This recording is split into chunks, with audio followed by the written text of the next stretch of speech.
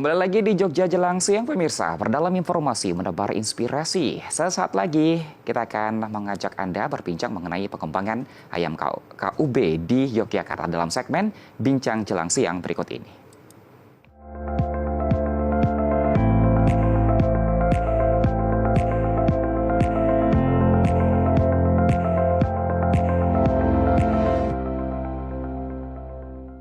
Ayam KUB atau Kampung Unggul Balit Bangtan merupakan salah satu inovasi di bidang peternakan yang dikembangkan untuk meningkatkan produktivitas ayam kampung dibandingkan ayam kampung biasa. Ayam KUB dikenal memiliki pertumbuhan yang lebih baik serta produksi telur yang lebih tinggi sehingga berpotensi menjadi peluang usaha bagi masyarakat sekaligus mendukung ketahanan pangan di Indonesia. Untuk membahas mengenai pengembangan ayam KUB di Yogyakarta saat ini sudah hadir bersama kami di studio Ibu Ari Widyastuti selaku penyuluh pertanian ahli utama DPW Perhiptani Daerah Istimewa Yogyakarta. Selamat siang Ibu Ari Widyastuti. Ya, selamat Kabarnya gimana Ibu? Tuhan, baik. Baik. Terlebih dahulu saya ingin tahu ayam KUB itu apa Ibu? Ya, ayam KUB ya. Ayam KUB itu sebetulnya ayam lokal unggul. Jadi lokal unggul, kalau tadi sudah disebutkan bahwasanya ayam kampung unggul Badan Litbang atau Balit Bangtan. Yaitu merupakan galur ayam itu yang hasil seleksi. Jadi galur ayam hasil seleksi sampai 6 generasi. Jadi cukup waktu yang lama ya sampai kalau satu generasi itu sampai 1,5 tahun, berarti kalau 6 generasi itu berarti waktunya cukup lama. Nah ini diseleksi dari ayam-ayam lokal yang ada di Jawa Barat, kemudian di DKI Jakarta itu yang memiliki keunggulan-keunggulan, misalnya tahan penyakit, kemudian produksi telurnya tinggi, nah kemudian lagi pertumbuhannya cepat, dan semua yang unggul-unggul itu dijadikan untuk seleksi itu sehingga dihasilkanlah ayam KUB. Nah, pada awalnya itu ayam KUB itu ayam KUB 1 sebutannya ya. Itu produksi telurnya juga lebih tinggi, pertumbuhannya juga lebih cepat. Nah, kemudian pemerintah melalui program bekerja waktu itu pada tahun 2018 itu ada program bekerja bedah kemiskinan rakyat sejahtera itu sudah memberikan ayam kepada masyarakat Indonesia itu 50 ekor per kakak itu di seluruh Indonesia. Jadi sekaligus itu untuk menyebarluaskan tentang ayam galur baru tadi itu. Nah itu respon masyarakat ternyata sangat bagus. Jadi respon sangat bagus. Kemudian hasilnya juga bagus sehingga pemerintah melalui Kementerian Pertanian pada saat itu Badan Litbang Pertanian, tapi sekarang namanya sudah berubah, itu menjadi BRMP atau Badan Perakitan dan Modernisasi Pertanian. Nah itu kembali meningkatkan performa dari ayam KUB 1 tadi itu. Nah sehingga menjadi ayam KUB 2. KUB 2 itu tentunya memiliki performa yang lebih tinggi ya tentunya dari KUB 1 itu produksi telurnya juga lebih tinggi. Nah kemudian itu ada POP. Itu kalau ada variannya. Ada varian yang kuning, kaki kuning, ada yang varian kaki non kuning atau biasanya agak kehitam-hitaman dan sebagainya. Nah itu semua sebetulnya ada tujuannya sih kenapa kok pemerintah menciptakan seperti itu ya.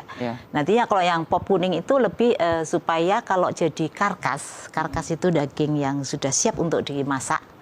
Itu dagingnya itu enggak hitam kayak gitu ya, ataupun kakinya biasanya kalau kelihatan hitam itu kan konsumen jadi kurang berminat ya, kurang suka. Jadi ada pop kuning itu lebih untuk dikonsumsi. Itu dagingnya lebih bagus. Tetapi kembali lagi adalah ayam KUB juga memiliki produksi telur yang sudah dari tahun bagus. Berapa Ibu KUB 1 ini dikembangkan? Kalau KUB 1 itu sebetulnya di launching pertama 2014, tapi perkembangannya waktu itu yang paling cepat setelah ada program bekerja tadi itu, sehingga seluruh masyarakat Indonesia itu betul-betul mengenal ayam KUB itu. Bisa dikatakan KUB 1 di tahun 2014 ini sukses? Ya lumayan sukses ya, baguslah ya gitu.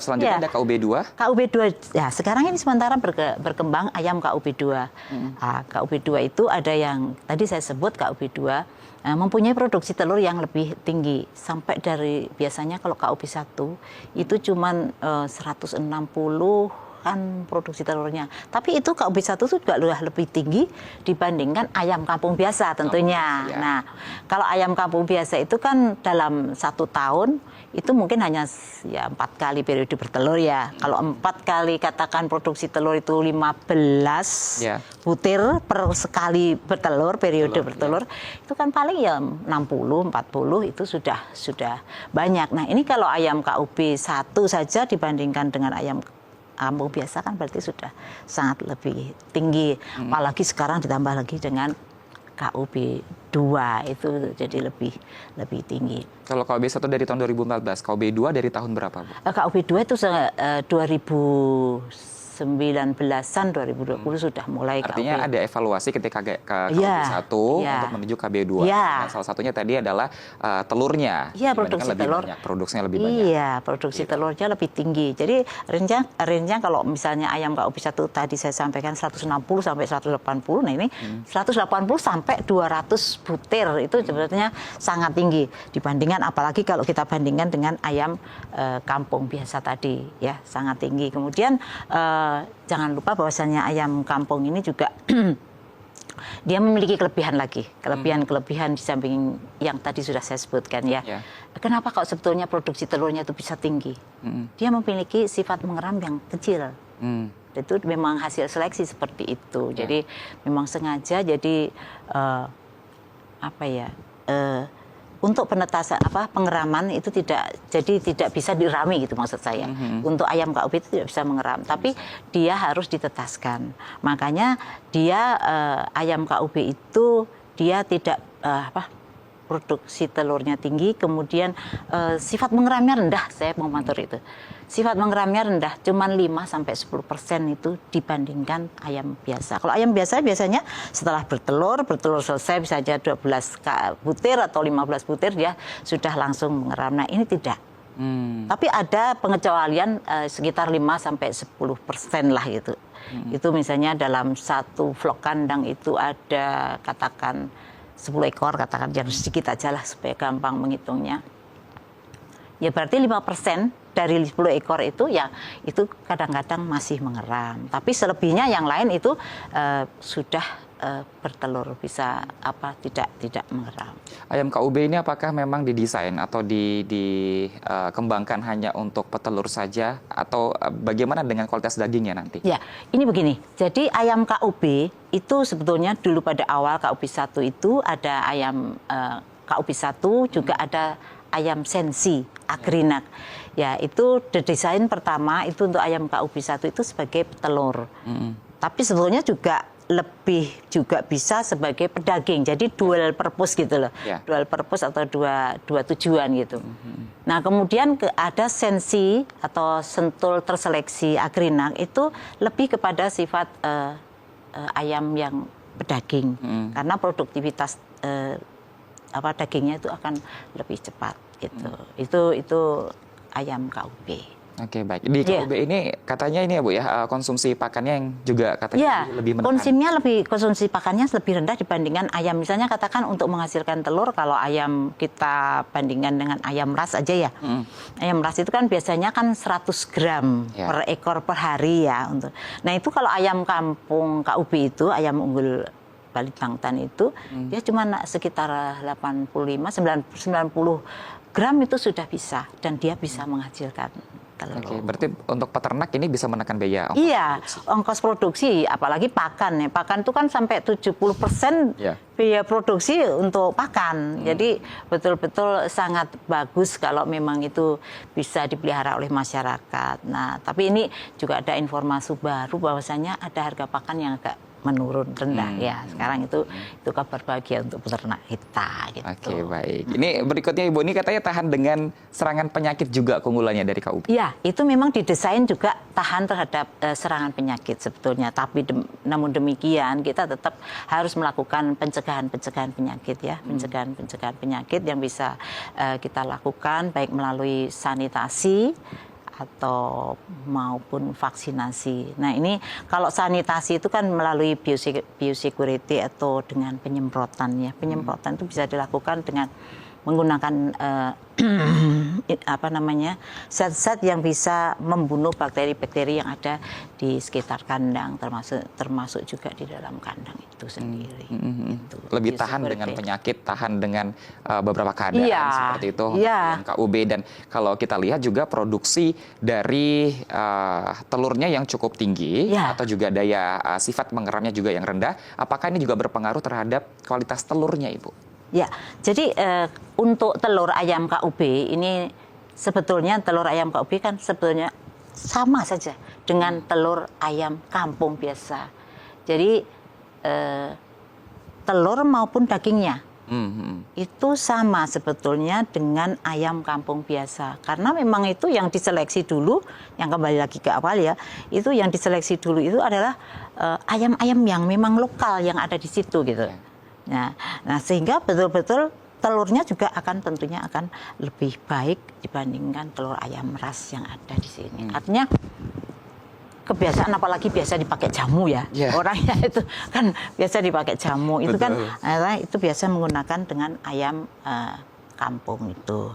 Nah, itu memang rasanya lebih gurih. Coba Mas Hafid itu kalau ngerebus telur ya coba direbus. Kalau telur setengah matang kan lebih enak rasanya, gurih kan. Begitu juga dagingnya. Jadi dagingnya itu juga lebih gurih, cita rasanya, teksturnya juga begitu bagus. Makanya penjual-penjual makanan khususnya kayak tukang soto. Itu lebih banyak menggunakan ayam kampung. Kalau soto ayam kampung akan lebih laris dibandingkan soto ayam yang lain. Kayak gitu. Jadi memang cita rasanya akan lebih bagus dibandingkan dengan ayam. Baik, ini kalau kita lihat memang pemirsa dari mulai konsumsi pakan yang sedikit, tahan dengan serangan penyakit juga, dan berikutnya ternyata ayam KUB ini tingkat kematiannya juga rendah seperti itu. Nanti tolong dijelaskan Bu selengkapnya setelah satu ini. Pemirsa tetaplah bersama kami di Jogja Jelang Siang.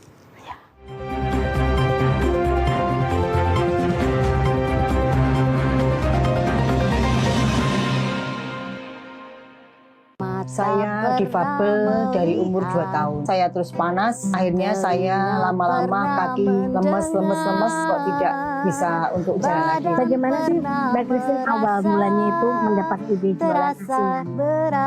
Awal. Sebenarnya ini basis saya itu salon.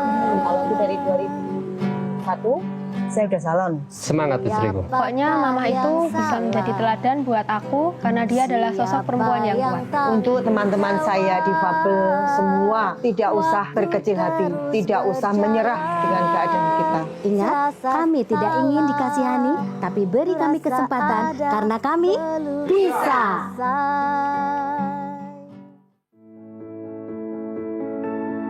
Seringkali bukan tubuh kami yang membatasi, melainkan pandangan orang terhadap kami. Mereka lupa, kami juga punya mimpi. Kami juga bisa bekerja, belajar, dan berkarya. Di lapangan, di jalan, di ruang-ruang kehidupan, kami hadir. Berjuang dan membuktikan bahwa kemampuan tidak ditentukan oleh fisik. Yang kami butuhkan bukan belas kasihan, tapi kesempatan, kepercayaan, hak yang sama untuk tumbuh dan berkontribusi.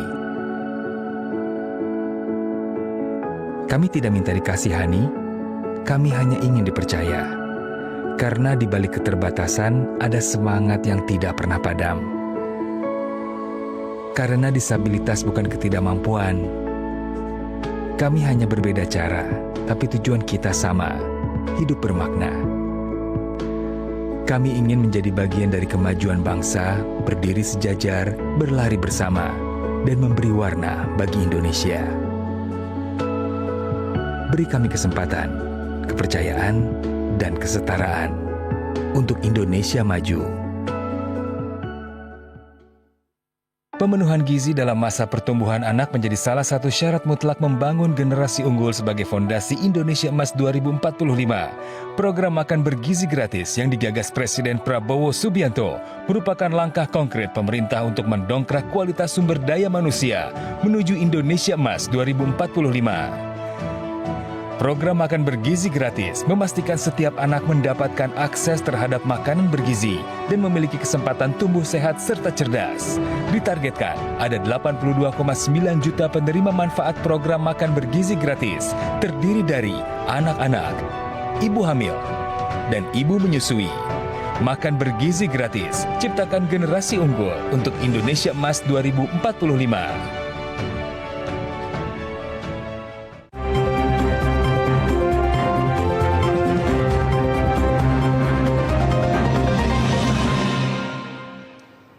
Terima kasih pemirsa, Anda masih bersama kami di Jogja Jelang Siang. Kita masih membahas tentang ayam KUB, di mana ini produksi telur yang lebih tinggi sehingga berpotensi menjadi peluang usaha bagi masyarakat sekaligus mendukung ketahanan pangan. Masih bersama dengan penyuluh pertanian ahli utama DPW Perhipta di DIY, Ibu Ari Widyastuti. Ibu Ari, kita lanjutkan kembali, Ibu. Baik, ini untuk ayam KUB memang didesain untuk tingkat kematian yang rendah juga. Betul. Jadi begini, ayam KUB itu memang kematiannya itu relatif kecil ya. Ya bisa sampai 5%, hanya 5% dibandingkan kalau ayam-ayam kampung biasa itu bisa sampai ya lebih dari 20%. Nah, itu sebetulnya juga bisa karena dilakukan pemeliharaan yang lebih bagus. Jadi kalau ayam KUB itu pemeliharaannya itu biasanya karena habis menetas, itu kalau ayam KUB kan dimasukkan dalam satu kandang penghangat gitu loh. Nah, karena tidak punya mama, karena tidak punya ibu, karena jadi tidak dipeluk sama ibunya. Nah, itulah dibuatkan semacam kandang brooder seperti itu, disebutnya brooder ya. Ada penghangatnya dan diberikan pakan. Kalau ayam lokal biasanya kan dibiarkan begitu aja, hidup bersama induknya, ibunya, nah sehingga kematiannya menjadi relatif tinggi. Nah kalau ini kan selalu di dalam pantauan kita, yaitu di dalam brooder itu, sehingga pakannya terjamin, kemudian juga ada penghangatnya ya, itu penghangatnya itu sehingga mengurangi adanya kematian. Baik. Gitu. Ibu Ari melihat di wilayah Yogyakarta, daerah istimewa Yogyakarta, dari mulai iklimnya, termasuk juga dari sosial budaya, termasuk juga kebiasaan-kebiasaan masyarakat. Bagaimana prospek untuk ayam KUB ini, Bu, di kota Yogyakarta ataupun di wilayah DIY? Ya, baik. Jadi kalau ayam KUB itu kalau di Yogyakarta, saya kira cukup prospektif ya. Ayam KUB ini kan mudah beraklimatisasi, maksudnya itu mudah menyesuaikan diri dimanapun tempatnya. Apalagi iklim di Jogja kan hampir sama seluruh Indonesia kayak begini, nggak terlalu dingin juga ya, sedang-sedang aja. Jadi saya kira cukup untuk cukup prospektif untuk dikembangkan. Apalagi permintaan produk daging, produk telur itu juga sangat tinggi di Yogyakarta dengan pertambahan penduduk, jumlah penduduk yang semakin tinggi, kemudian hotel, juga catering. Hotel, catering, kemudian itu destinasi wisata kan. Jadi itu biasanya jadi itu memperbanyak permintaan. Apalagi dengan peningkatan pengetahuan dan pendapatan peternak itu juga masyarakat ya. Itu juga mempengaruhi jadi cara berpikir, kalau ayam yang sehat itu, ayam yang baik itu banyak orang sekarang tidak makan ayam, artinya kurang menyukai ayam potong, tetapi dia akan biasa memilih ayam lokal atau ayam KUB. Jadi sedikit saya menambahkan ya, ayam KUB itu sebetulnya bukan kayak ayam turunan ras gitu, bukan ya. Bukan. Jadi betul-betul ayam kampung, ayam lokal. Ayam lokal tapi unggul gitu. Tapi unggul. Ya gitu. Jadi bukan seperti turunan ayam ras, bukan. Itu karena bukan persilangan, tapi itu seleksi. Jadi itu sekali lagi untuk prospek saya kira sangat bagus untuk dikembangkan di sini. Di Yogyakarta dengan permintaan yang selalu terjadi peningkatan, itu apalagi destinasi wisata. Di sini juga terkenal dengan makanan-makanan khas yang seperti ingkung ya, ingkung ayam Jogja kan terkenal sekali. Kemudian juga ayam gorengnya, kemudian gudegnya. Nah itu semua soto juga. Sotonya. Jadi memang betul-betul apa namanya? Untuk kuliner. Ya untuk kuliner itu kalau untuk ayam lokal itu saya kira sangat-sangat bagus untuk kita kembangkan di Yogyakarta ini. Baik, untuk gitu. peternak Ibu, kira-kira bagaimana memanajemen produksi pada ayam KUB ini? Apakah ada kesulitan untuk memanajemen produksinya? Ya, baik. Jadi sebetulnya saya awali dari kalau untuk manajemen produksi ini ada yang disebut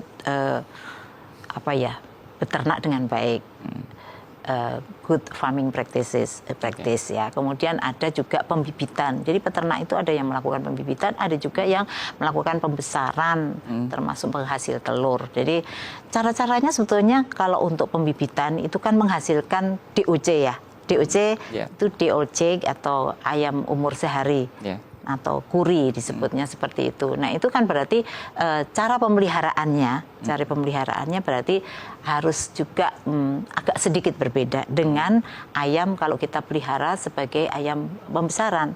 Karena itu harus memikirkan bagaimana nanti rasio jantan dan betinanya. Betul. Kalau misalnya tidak dipikirkan ke situ, jangan sampai tidak menghasilkan telur-telur fertil ya, telur-telur fertil yang bisa ditetaskan untuk menjadi DOC.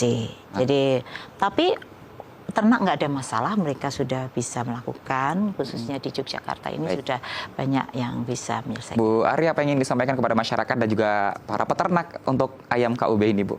Ya, untuk ayam KUB ini, untuk peternak di seluruh Yogyakarta ya, wilayah Yogyakarta ya.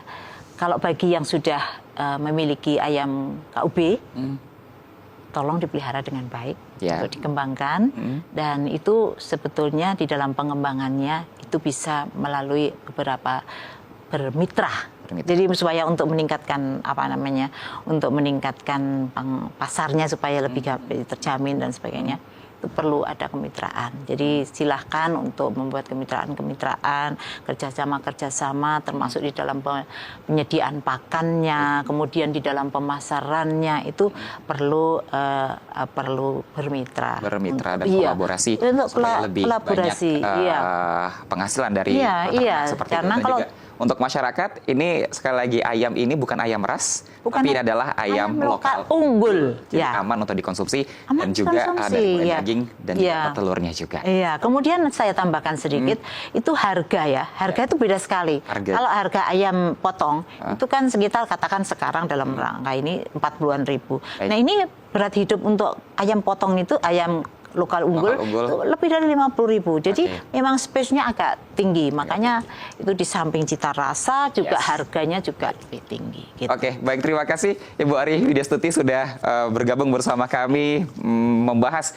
bersama dengan ayam KUB yang ini tentu menjadi salah satu ketahanan nasional juga dalam bentuk peternakan seperti itu. Kami terima kasih kepada Ibu Ari Widyastuti selaku penyuluh pertanian ahli utama DPW Perhiptani DIY telah bergabung bersama kami Ibu. Dan demikian pemirsa Jogja Jelang Siang edisi kali ini, mewakili kerabat kerja yang bertugas, saya Muhammad Hafid pamit undur diri. Selamat siang dan sampai jumpa.